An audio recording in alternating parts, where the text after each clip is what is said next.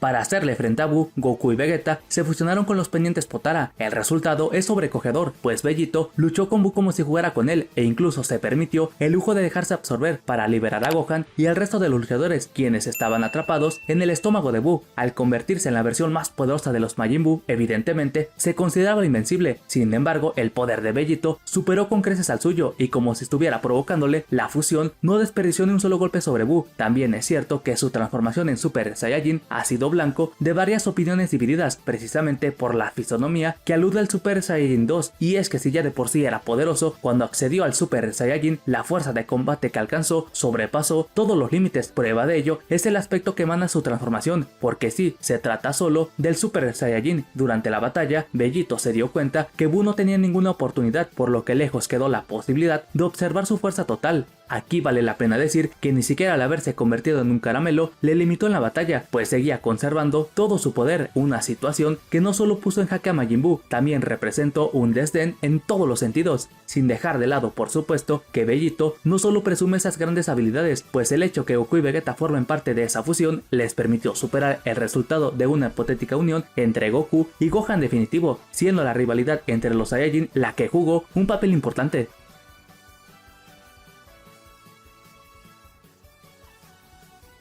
La batalla contra los Saiyajin es una de las más recordadas, no solo porque marca el punto de inflexión de la rivalidad entre Goku y Vegeta, también por las míticas frases de algunos personajes, desde los 9000 que menciona Vegeta, hasta precisamente el diálogo de Tenshinhan, donde menciona que le volvería a crecer el brazo, esto luego de haber recibido este ataque de Nappa, frases que por supuesto se tratan de un error de traducción, precisamente del doblaje inglés. En el idioma original, así como en el manga, Tenshinhan no hace alusión que le volvería a crecer su brazo. Es cierto que posee una técnica que le permite tener dos brazos adicionales, no obstante esta habilidad solo es temporal. Ahora bien, no solo esta escena marcaba el fin de Tenshinhan, también iniciaba ese declive que tuvo como personaje, pues a partir de ese momento poco o nada pudo hacer ante los demás enemigos, siendo uno de los guerreros Z que pasaron a segundo plano, al menos hasta el regreso de Dragon Ball Super, donde Tenshinhan junto con otros personajes han tenido cierto protagonismo.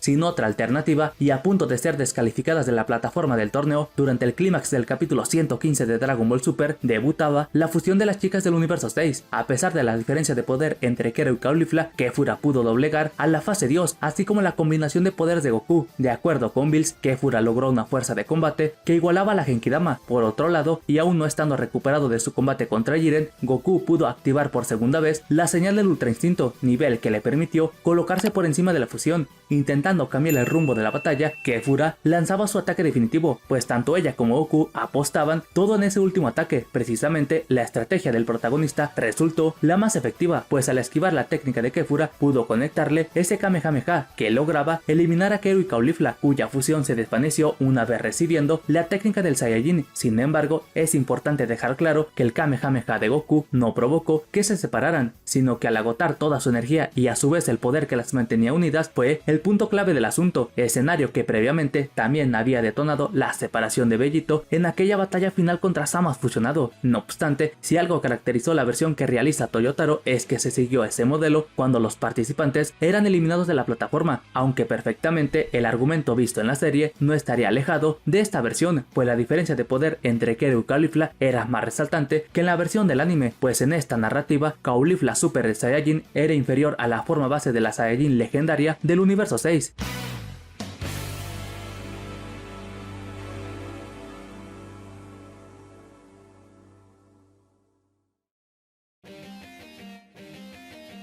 Enseguida tenemos una de las escenas que dio lugar en el clímax de la saga de Freezer, precisamente luego de ese polémico ataque de Freezer a Goku. Ante esta situación, Gohan llegaba al campo de batalla, dispuesto a combatir contra el emperador. Es cierto que la diferencia de poder representaba una gran desventaja para el hijo de Goku, pero al tener de lado una característica como la Slayer, le impulsaba para reiterar lo que aconteció con sus dos transformaciones anteriores, aunque una vez más los esfuerzos de Gohan quedaban a segundo plano, pues ni siquiera pudo doblegar a Freezer cuando este no recurrió ni al más mínimo esfuerzo. En contraparte de la serie de televisión, en el manga nunca se dio este enfrentamiento, pues en esta versión el ataque de Freezer no contrastó con el deseo de Mr. Popo a las esferas del dragón. De cualquier modo, el resultado hubiera sido el mismo, pues solamente el Super Saiyajin de Goku le podía hacer frente al poder máximo de Freezer. Si bien es cierto que el tirano estaba agotado en ese punto de la batalla, este se mantenía con una gran diferencia de poder, razón del por qué los ataques de Gohan no representaron nada. Recordemos que cuando hay una abismal diferencia, algunos personajes suelen descuidar ciertos puntos en una batalla, y el exceso de confianza de Freezer fue el punto clave de esa escena.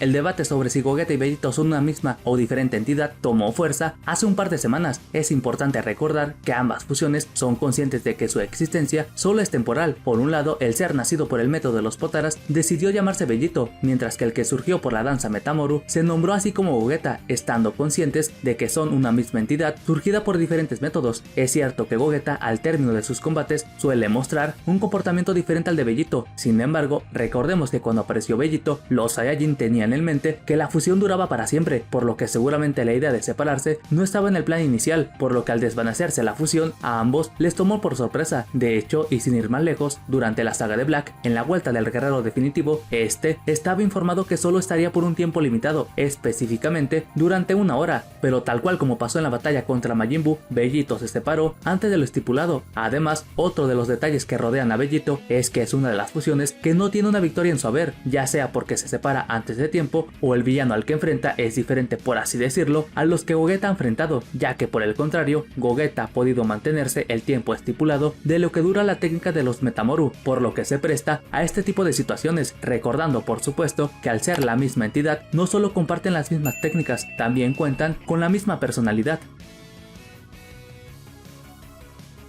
Sobre los androides del futuro, estos a comparación del presente son bastante diferentes en cuanto a su personalidad. Mientras que esos suelen ser más apacibles en cuanto a destruir cosas, los del futuro cumplieron al pie de la letra las intenciones que tenía la Red Ribbon, pues acabaron con todos los guerreros Z. Gohan, quien pudo sobrevivir y que además se dedicó a entrenar todo el tiempo, no logró los resultados que esperaba, siendo derrotado cuando número 17 decidió tomarse en serio el combate. Anteriormente, Gohan suponía que había igualado a los androides, sin embargo, estaba lejos de hacerlo. En cada uno de sus enfrentamientos, apenas si lograba que los androides usaran la mitad de su poder. A pesar de todo, los números 17 y 18 del futuro se quedan por debajo a comparación de los del presente, aunque por increíble que parezca, la diferencia de poder no es tan resaltante. Y es que los del presente solían ser más directos en los combates, razón del por qué derrotaron fácilmente a Vegeta y compañía. Además, siendo Goku el objetivo, terminar rápido con los intermediarios era el propósito desde el comienzo de la batalla.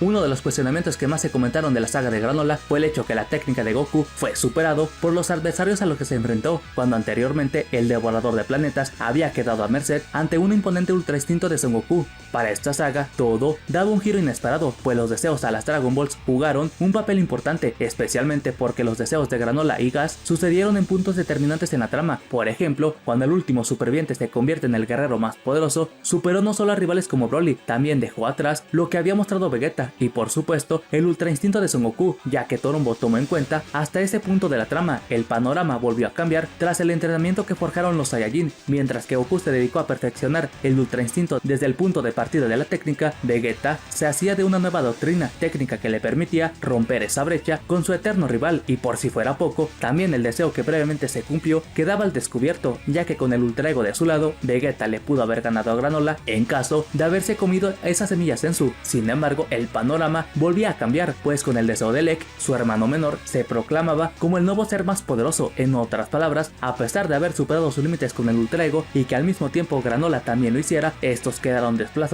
cuando el Lek pidió ese deseo, pues Torombo tomó en cuenta desde ese punto de la historia. Ahora bien, en lo que se refiere al protagonista, este no se volvió más fuerte hasta que pudo alcanzar su propio ultra instinto, o lo que viene siendo lo mismo, el ultra instinto señal, pero manifestando sus emociones. Si bien es cierto que no le alcanzó para superar a Gas, Lo cierto es que por enésima vez Goku se ponía un paso adelante que Vegeta, pues este reconoció que aún le faltan pulir todas sus habilidades. Granola, por su parte, aunque al principio era el más fuerte del universo, al término de la saga fue superado por varios personajes, especialmente por Gas, y es que el deseo que pidió Lek puso en juego toda la esperanza de vida de su hermano. En resumen, durante toda esta historia, no es que se le haya quitado ese protagonismo al ultra instinto de Son Goku, la realidad es que fue superado desde el primer deseo de Granola. Más tarde, aunque haya resurgido con su propia evolución, no le fue suficiente para superar a Gas, ni mucho menos hacerle frente al Emperador del Mal, quien actualmente es el personaje más poderoso del universo 7.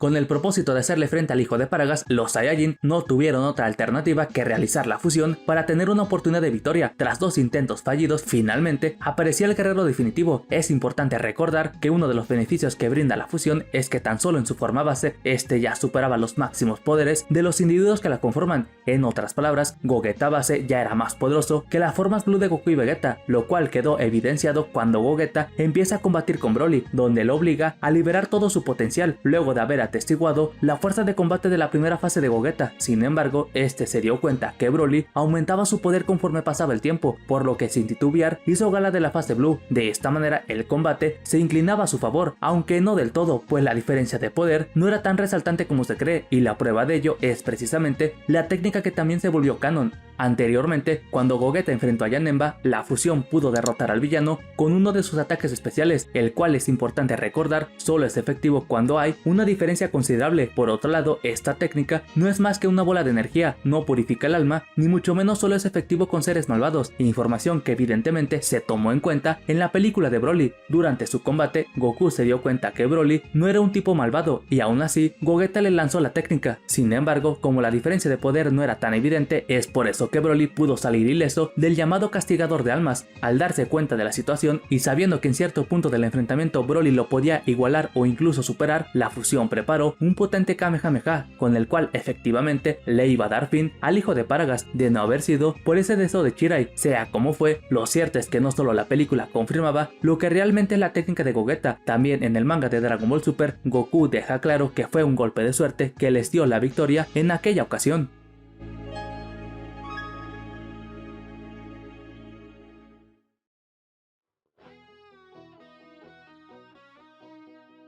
Finalmente nos encontramos con cierto detalle que ha tergiversado una de las técnicas emblemáticas del protagonista. Durante el capítulo 109 de Dragon Ball Z, Milk hace gala de una aura de color rojo, haciendo alusión al Kaioken de Goku, solo que esta técnica tiene ciertas diferencias con la habilidad que Kaiosama le enseñó a Goku. Por ejemplo, las líneas no son tan pronunciadas como el Kaioken, así como el cabello de Milk no cambia de color cuando el aura rodea todo su cuerpo. En el juego de cartas coleccionables de Dragon Ball Z, esta habilidad de Milk se le denominó como aura ardiente roja, un power-up utilizado como recurso para representar explícitamente la ira de la esposa de Goku. Más adelante, el aura ardiente roja volvería en Dragon Ball Super. Si bien ahora tiene más similitud con el Kaioken que presentó Goku, conserva el argumento de representar la ira de Milk, pues esta técnica está lejos de que su fuerza de combate aumente, ya que esta escena es parte de la comedia que se le caracteriza a la obra de Akira Toriyama.